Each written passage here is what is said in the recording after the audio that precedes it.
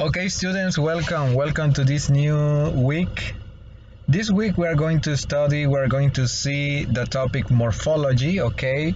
In our previous weeks, we have studied phonology, but this time we're going to continue with the next topic of in this semester, which is morphology, okay? In Introduction to Linguistics. I'm going to try to explain fast this topic because I would like to make this video short, not a long video for you, okay? Morphology in linguistics, this is the study of the structure of the words, Every word has or is compounded by different structures. These structures are called morphemes. Morphemes. Okay, in phonology, you remember that we studied phonemes, but in morphology, we are going to see morphemes. And we are going to see some classifications of morphemes. We are going to see three morphemes: lexical and functional, bound morphemes, inflectional and derivational, and also contractible morphemes. Okay, morphemes. What is a morpheme? Okay, a morpheme is the smallest but meaningful unit in the grammar of a language. Okay, these morphemes, in other words, have meaning. They need to have a meaning in order to be a morpheme. Okay, morphemes can be classified into the next types. Okay, free morphemes. What is a free morpheme? Sorry, free morpheme is that one that can stand alone, and we have some words in this example. For example, friend, boy, tree. Okay, these are free morphemes because they can remain the same. And they have meaning. Friend is a person very close to me, for example. Boy is also a free morpheme because you don't need anything else for this word to have a meaning. And also the word tree, it also has meaning.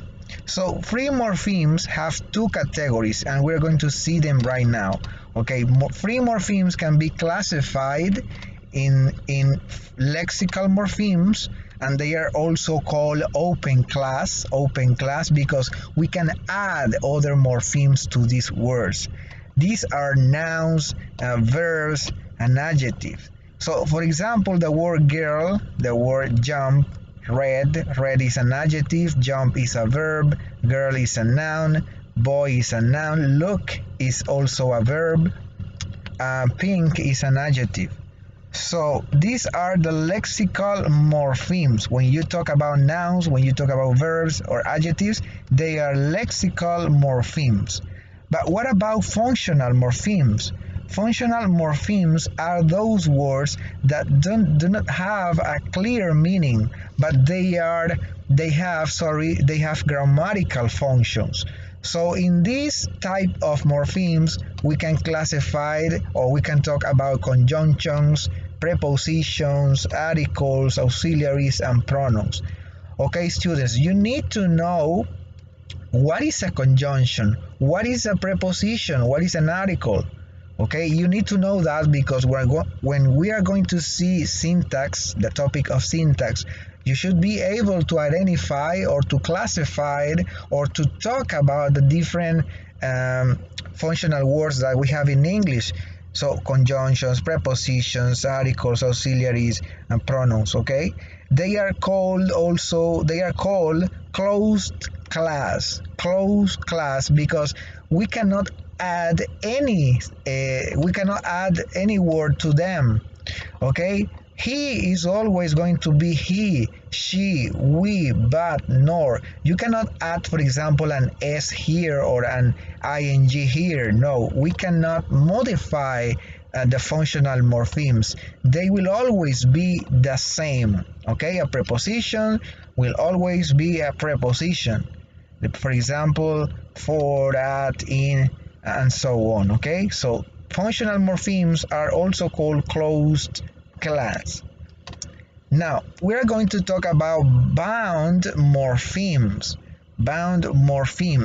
Okay, these are affixes. It is another concept that you need to know. Affixes, okay? These are affixes that must be attached to the word. And affixes can be classified in prefix, infix, and suffix. So when we talk about a prefix, we are talking about the different letters that we put in front of a word. For example, in this case, unclean, the letters UN. This is a prefix, okay? Prefix, because put, it is placed at the beginning of the word. That's why it is called prefix, unclean. And you can think also about other examples and let me know. You can share your knowledge. You can give me some examples about prefixes.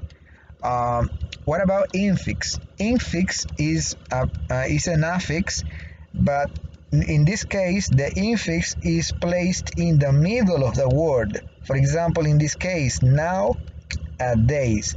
The letter or the vowel which is a schwa, is an infix, okay, because it is in the middle of the word. You have a syllable here, and you also have a syllable here, at the beginning and at the end.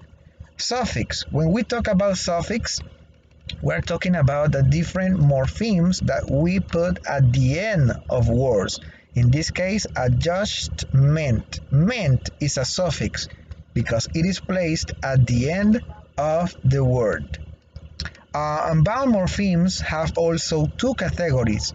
When we talk about bound morphemes, we are talking about inflectional and derivational morphemes, and we are going to see that in some minutes. Okay, derivational morpheme.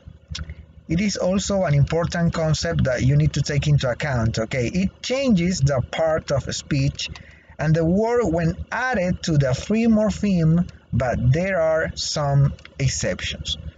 Okay, so the main aspect here is that derivational morphemes change the part of speech of the word when it is added to the free morpheme.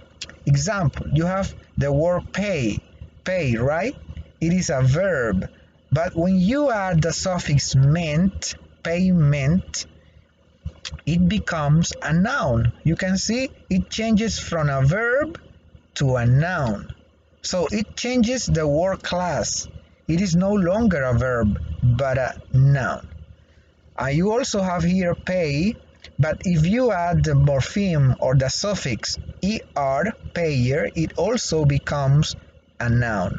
So that is why it is called derivational morphemes, because you can derive different words from a root. So here we have some other examples.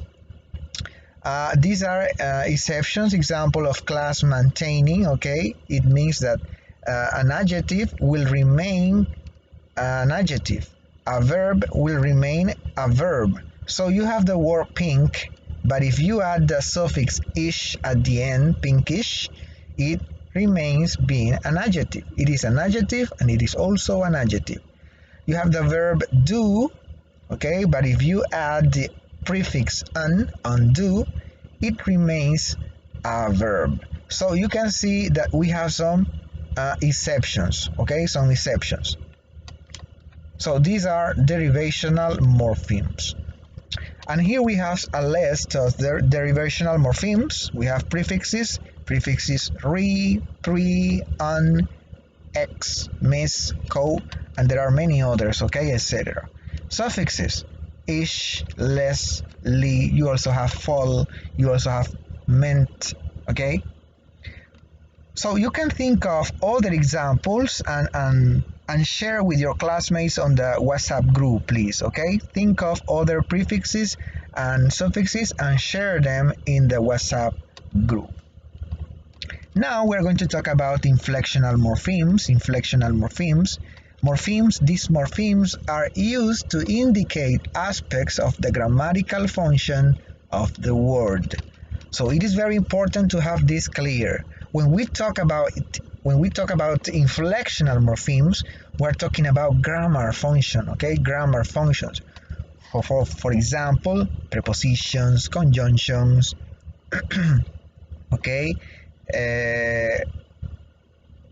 sorry, when we talk about inflectional morphemes, we are talking about the different aspects that we use to indicate a grammar aspects. So for example, in this case, cleaned, the ed, the suffix ed, is telling you that this word is a past tense of the verb clean, right? It is indicating you the tense.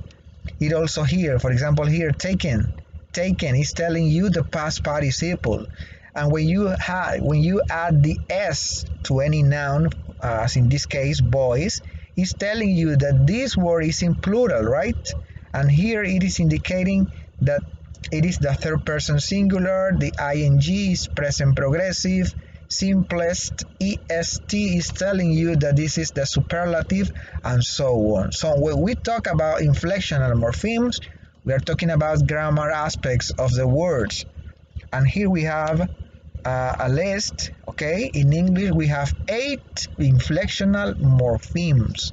We have nouns, we have possessive nouns, you see the apostrophe and the s, plural forms s, verb third person singular s, progressive verb ing, past tense ed, past participle en, adjective comparative er, superlative est, just as we saw in this example here. So be careful with this one for you not to get confused.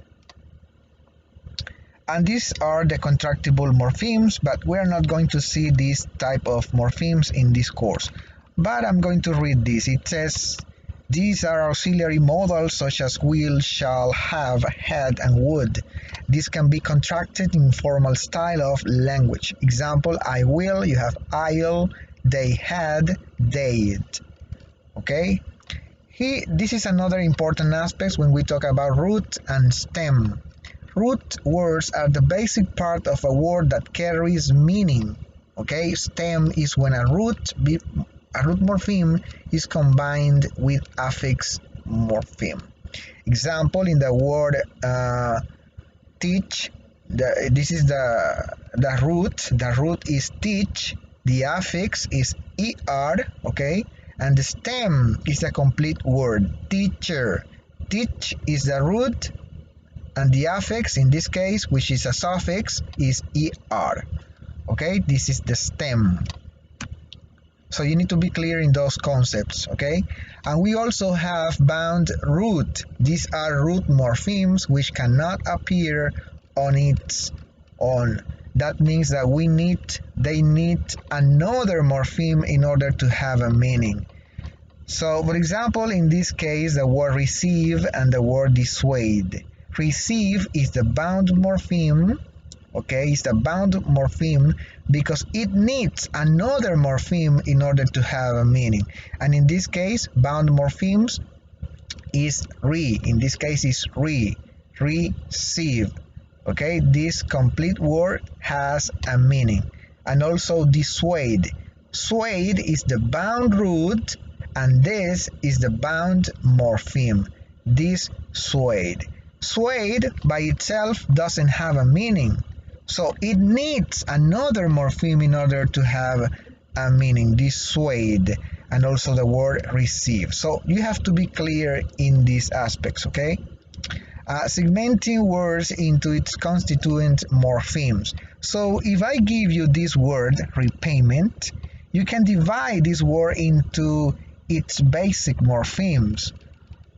For example, re is the prefix, pay is the root, okay, root, and also ment is another morpheme which is a suffix.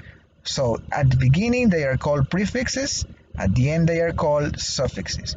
And the root, which is pay, repayment. I have divided this word into three morphemes.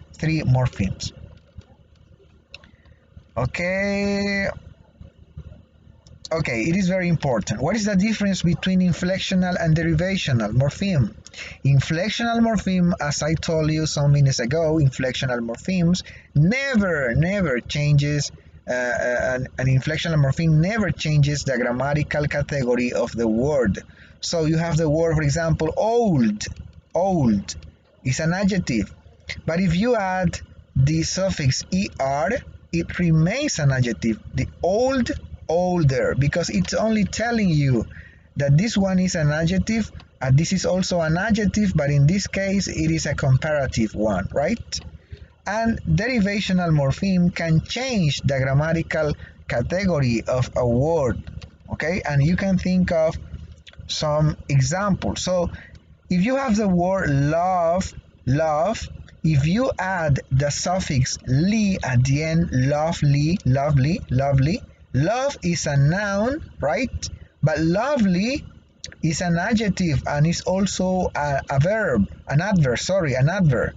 So it goes from a noun to an adverb or to an adjective. So that's why it is called derivational morpheme, because it changes the grammatical category of the word. Okay, students, summing up, it says morphology is the study of words, word structure, and word formation. And later we're going to study also the different processes that people use, that humans use to create new words. And also the smallest meaningful part of the word is called morpheme. Always remember that.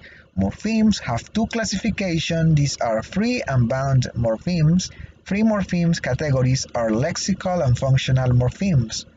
And bound morphemes include inflectional and derivational morpheme. So thank you, students, for your attention.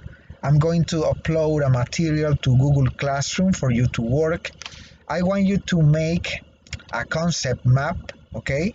You are going to take into account this PowerPoint presentation, because I'm going to share this PowerPoint presentation on Google Classroom, and also an article about this topic for you to create your concept map, okay?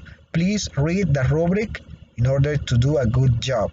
Always that you do an activity, you need to have the evaluation criteria for you to do a good job. So thank you very much. Remember, if you have any question, let me know in the WhatsApp group. Thank you very much.